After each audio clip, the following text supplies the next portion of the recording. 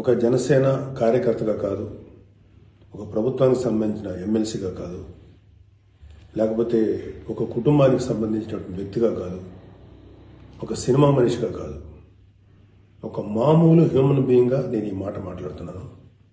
దీంట్లో ఎవరికైనా సరే వివాదాస్పదం చేయాలనుకుంటే అది మీ వ్యక్తిగత ఇష్టం.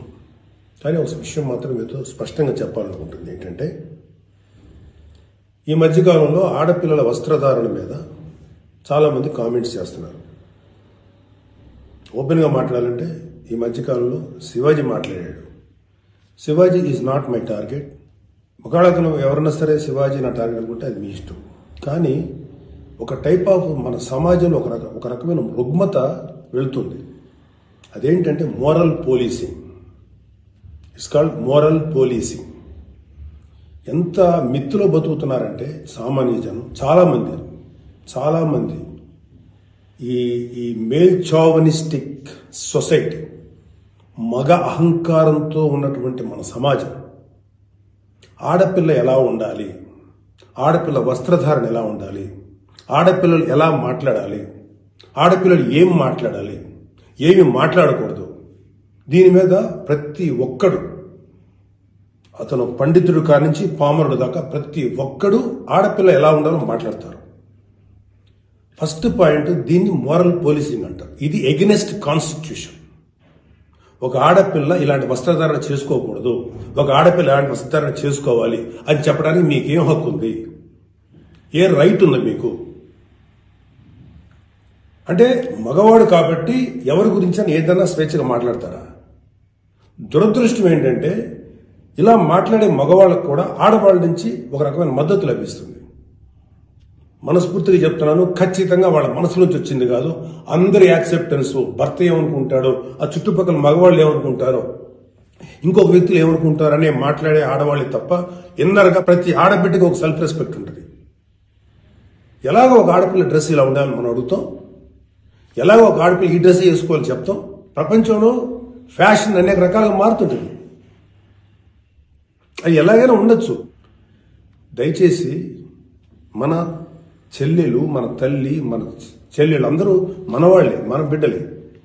ఆడపిల్ల కాబట్టి ఆ అమ్మాయి ఇలా ఉండాలని చెప్పే హక్కు మనకు లేదు.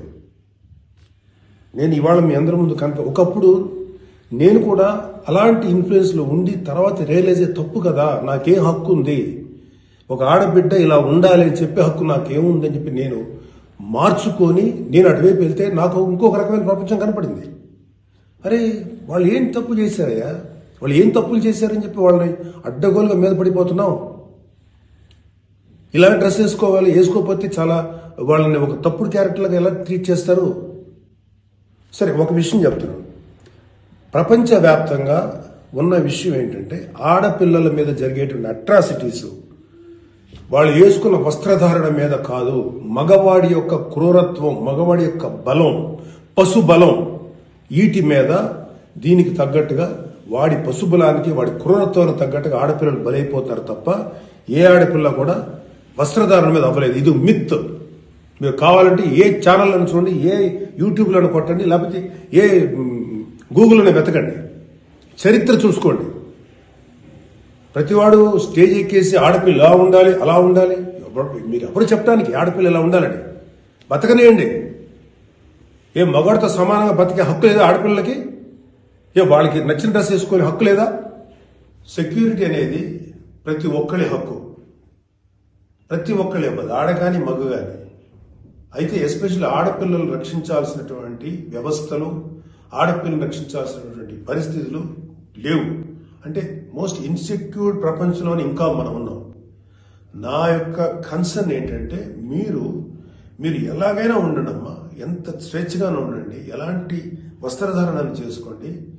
కానీ మీరు అది సెలబ్రిటీ అవనండి, సినిమా యాక్టర్స్ అవనండి, పాలిటిక్స్లో ఉన్నటువంటి ఫిమేల్ అవనండి, చిన్నపిల్లలు అవనండి, పెద్దవాళ్ళు అవనండి, మీరు బయటికి వెళ్ళేటప్పుడు, మీరు వెళ్లాల్సినప్పుడు ప్రాపర్ రక్షణ వ్యవస్థను ఏర్పాటు చేసుకోండి. వ్యక్తిగతంగా మిమ్మల్ని మీరు రక్షించుకునేటువంటి వ్యవస్థను ఏర్పాటు చేసుకోండి. మీరు అవసరమైతే ఒక ఆత్మరక్షణ సంబంధించినటువంటి విద్యలను నేర్చుకోండి, లేదా ప్రాపర్ ప్రొటెక్షన్ అంటే ఒక సెక్యూరిటీ పెట్టుకుని ముందుకెళ్ళండి. మన దురదృష్టం, మన కర్మ ఏంటంటే ఇంకా మేల్ చావనిస్టిక్ పిగ్స్ ఉన్నటువంటి మన సమాజం ఇది. దుర్మార్గులైనటువంటి మగ జాతి ఉన్నటువంటి సమాజం ఉంది. ఎలా పడితే అలాగ అవకాశం దొరికితే చిన్న పెద్ద తేడా లేకుండా పశువుల్లా ప్రవర్తించేటువంటి మనస్తత్వం చాలా మంది మగవాళ్ళలో ఉంది. పబ్లిక్ లో ఒకేసారి గుంపుగా చేసేటువంటి అకృత్యానికి మేము దొరకమనేటువంటి మనస్తత్వం ఉన్నారు. మీరు ఎలా ఉండాలో అలా ఉండండి, మీకు ఎలా కావాలో అలాగే ఉండండి, ఎలాంటి డ్రెస్ వేసుకోవాలో అలాగే వేసుకోండి, తప్పలేదు. చెడ్డ పనులు చేయకండి, యాంటీ సోషల్ ఎలిమెంట్స్ గా బారకండి, క్రైమ్ చేయకండి, ఇది చెప్పండి మీరు. అంతేగాని ఇలాంటి డ్రెస్ వేసుకోవద్దు, ఇలా ఉండొద్దు, ఎలా హక్కు ఉందండి మనకి? మగవాళ్ళకి ఏ హక్కు ఉందండి? మహా చెప్పాలనుకుంటే అమ్మా మీ మీద ఎవరన్నా అటాక్ చేస్తే తిరిగి కొట్టగలిగేటువంటి శక్తిని సంపాదించుకోండి, డిఫెన్స్ నేర్చుకోండి. ఇది ఒళ్ళంతా బట్టలు కప్పుకున్న ఆడబిడ్డలకి ఇదే వర్తిస్తుంది. ఒక స్టైల్గానో లేకపోతే ఒక మోడర్న్గా ఆడుకున్న డ్రెస్ వేసుకున్న ఆడపిల్లలకి ఇదే వర్తిస్తుంది. దీనికి మగవాడి యొక్క చండాలమైనటువంటి మనస్తత్వం చాలా, అంటే నాట్ ఆల్ మేల్, సపోజ్ కొంతమంది క్రూయల్, ఒక ఆడదాన్ని విలాస వస్తువు చూసే ప్రతి మగ వెధవకి చెప్తున్నాం, వాళ్ళకి ఏ అయినా ఒకటే, ఒళ్ళు నిండా బట్టలు కప్పుకున్నా ఒకటే, మోడర్న్గా స్టైల్గా బట్టలు వేసుకున్న ఆడది ఒకటే. వాళ్ళు కొంతమంది గురించి ఆడపిల్లలు ఇలా ఉండాలి అలా ఉండాలి చెప్పడానికి ఏంటి? మీరు ఒక్కసారి వడ్డాది పాపయ్య గారి బొమ్మలు చూసారా? మన అజంతా శిల్పాలు చూసారా? చాలా స్టైలిష్ గా మోడర్న్ గా ఉంటాయి. అంటే ఆడదానికి వస్త్రాలంకరణ అనేది ఆయా సమాజాల యొక్క కల్చర్ని బట్టి మారుతుంటది. ప్యాంటు షర్ట్ వేసుకుంటే తప్ప, చుడిదార్ వేసుకుంటే తప్ప, లేకపోతే మోడర్న్ గా మిడ్డీ వేసుకుంటే తప్ప, ఇది వాళ్ళ తప్పు కాదు. వాళ్ళకి సరిగ్గా రక్షణ కల్పించలేకపోవటం, రాజ్యాంగమైనటువంటి మన ప్రభుత్వ వ్యవహారం వాళ్ళకి సరిగ్గా రక్షణ కల్పించకపోవటం ప్రభుత్వ వైఫల్యం అవుతుంది. దాన్ని ఎంకరేజ్ చేసి దాన్ని అడ్డుగా తీసుకొని ప్రభుత్వం యొక్క వైఫల్యాన్ని అడ్డుగా పెట్టుకొని దాన్ని చెల్లరిగిపోయే దుష్కర మూకల యొక్క పని తప్ప ఆడపిల్లల తప్పు కాదు. ఆడపిల్లలు వేసుకునే డ్రెస్సు వల్ల ఆడపిల్లల మీద అత్యాచారం జరుగుతుందని మీరు మీ పనికి మాలిన కామెంట్లను సపోర్ట్ చేసుకుంటూ మాట్లాడే మాట ఇది. మారిపోతుంది సమాజం. ఏఐలోకి వచ్చాం మనం, ఆర్టిఫిషియల్ ఇంటెలిజెన్స్ లోకి వచ్చాం. ఇంకా ఆడపిల్ల ఇలాగ ఉండాలని చెప్పి మనస్తత్వం ఉన్న మగవాళ్ళని ఖండించండి. ఇన్ని కబుర్లు చెప్తున్నారు. నేను ఒకసారి లాంగ్ బ్యాక్ చెప్పాను, ముగ్గురు మహానుభావులు మాట్లాడిన మాటలు చెప్పాను. వాళ్ళు ఇలాగే కామెంట్ చేశారు. అప్పుడు వాళ్ళకి ఆన్సర్ చెప్పారు. ఇప్పుడు మళ్ళీ చెప్తున్నా, ఆడదాన్ని అవమానించిన ఏ ఒక్కడు కూడా బాగుపడలేదు మన పురాణాల ప్రకారం. ద్రౌపదిని నడి సభలో అవమానించిన ప్రతి కౌరవుడు సర్వనాశనం అయిపోయాడు, ఇంక్లూడింగ్ భీష్మాచార్యుడు, ద్రోణాచార్యుడితో సహా. ఇప్పుడు నేను మాట్లాడినాక నాకు 100 కామెంట్లు పెడతారు మీరు, నాకు తెలుసు. అయినా నేను నా వాయిస్ ఓపెన్ చేయకపోతే తప్పు చేసినాను అవుతాను. చాలా మంది ఆడబిడ్డలు వాళ్ళు ఎన్ని బాధలు పడి ఎంత చేసి ఇలా ముందుకు వస్తున్నారు. వాళ్ళకున్న వ్యక్తిగత సమస్యలు ఉంటాయి. ఒక ఆడపిల్లకి సంబంధించినటువంటి ఎన్నో రకాల ఇష్యూస్ ఉంటాయి. అటన్నింటినీ కాదనుకుని సమాజం గురించి బతుకుతున్నారు. ఐఏఎస్లు అవుతున్నారు, ఐపీఎస్లు అవుతున్నారు, లేకపోతే పెద్ద పెద్ద పొజిషన్స్లో ఉన్నారు, సినిమా ఇండస్ట్రీలో ఉన్నారు, లేకపోతే క్రియేటివ్ ఇండస్ట్రీలో ఉన్నారు, పెద్ద పెద్ద వ్యాపార సంస్థలో ఉన్నారు. ఆడదాన్ని గౌరవించిన ప్రతి ఒక్కడు గొప్పోడయ్యాడు. గొప్ప గురించి కూడా మాట్లాడు, రెస్పెక్ట్ ఇవ్వండి అయ్యా మా తోటి ఆడపిల్లలకి. మహా అయితే మీరు ఏం చెప్పాలి ఆడపిల్లలకి? అమ్మా మిమ్మల్ని మీరు ప్రొటెక్ట్ చేసుకునేటువంటి స్థితిలో ఉండండి, మిమ్మల్ని మీరు రక్షించుకోండి, లేదా రక్షణగా మనుషులను తీసుకెళ్ళండి, ఏదో ఒకటి చేయండి. కాకపోతే ఏంటంటే మీకు ఇంత చుట్టుపక్కల ఇంత కరుడు గట్టినటువంటి దుర్మార్గమైన కామాంధులైనటువంటి సమాజంలో కొంతమంది ఉన్నప్పుడు వాళ్ళని మిమ్మల్ని మీరు రక్షించకుండా ఏర్పాటు చేసుకోండి. మీకు ఒక తమ్ముడుగానో, ఒక అన్నగానో, ఒక తండ్రిగానో, ఒక సోదరుడుగానో ఇది నా రిక్వెస్ట్ తప్ప మీరు ఇలా ఉండాలని మాత్రం చెప్పటం పెద్ద క్రైమ్. ఆడపిల్లలు ఉండాలని చెప్పేది పెద్ద క్రైమ్, వెరీ బిగ్ మిస్టేక్. ఇలాంటి దాన్ని మాట్లాడినందుకు ఒక వ్యక్తి యొక్క వ్యక్తిత్వం పక్కన పెడితే ఇలాంటి మాట్లాడినందుకు ఈ మాటలు సపోర్ట్ చేసేటువంటి స్త్రీల గురించి నాకు బాధ అనిపిస్తుంది. ఇలా మాట్లాడతారా? మీ తోటి ఆడపిల్లను ఒకడెవడో అంటే వాడికి సపోర్ట్ చేస్తారా మీరు? అలాంటి దుర్మార్గమైనటువంటి ఆలోచన సపోర్ట్ చేస్తారా? కమాన్, మా బయటకు వచ్చి ఓపెన్ చేయండి, మీ మౌత్, మీ వాయిస్ ఓపెన్ చేయండి, ఫైట్. ఈ చాదస్తపు మెంటాలిటీ ఉన్నటువంటి మగ వేదవులకి ఇలాంటి ఆలోచించే సన్నాసులకి, అలాగే ఇలాగ దాన్ని సపోర్ట్ చేసే పిచ్చి వాళ్ళు ఆడవాళ్ళు, ఆ మగవాళ్ళ యొక్క అణిచివేతకు గురైతున్న ఆడవాళ్ళు మాట్లాడే మాటలకి మీరు ఎదురించి మాట్లాడమ్మా. Please come and voice out. ఎంతసేపటికి సమాజంలో ఇలాగా ఆడబిడ్డలు విక్టిమ్స్ అయిపోయారు, ఎన్ని రకాలుగా అవమానించబడుతున్నారు, హింస చేయబడుతున్నారు, హింస పెట్టబడుతున్నారు. వాళ్ళని మీరు సపోర్ట్ చేయాలి. వాళ్ళని సపోర్ట్ చేయకుండా వాళ్ళ మీద అట్రాసిటీస్ చేసే వాళ్ళని సపోర్ట్ చేస్తారేంటి? ఆడబిడ్డలు కదా, ఎవరైతే నష్టపోయారో వాళ్ళు కదా మీరు సపోర్ట్ చేయాలి. ఒక మాల్లో ఒక ఆడబిడ్డ మీద అవమానించిన ఆ మగాళ్ళని కెమెరాలో పట్టుకొని ఎవడెవడో ఎరగదీసి, మధ్యలో ఎరగదీసి చెప్పుతో సెంటర్లో కొట్టుకుంటూ తీసుకెళ్లాలి కదా. అది కదా మీరు చేయాల్సిన పని. వాళ్ళని అడగాలి కదా, వాళ్ళని శిక్షణ చెప్పాలి కదా. నువ్వు జాగ్రత్తగా ఉండి ఎంత జాగ్రత్తగా ఉండాలి? ఎందుకు ఉండాలి? ప్రతిసారి ఎప్పుడు విక్టిమ్ అయిపోయిన ఆడబిడ్డల మీదే మీరు క్రైమ్ నేరం మోపుతుంటే, వాళ్లే తప్పు అంటుంటే అంటే పర్లేదు, ఆడబిడ్డల మీద క్రైమ్ చేసిన తప్పలేదు, వాళ్ళు జాగ్రత్తగా ఉండాలి, మగవాళ్ళు మాత్రం ఏమనకూడదా? వాళ్ళకి చెప్పండి.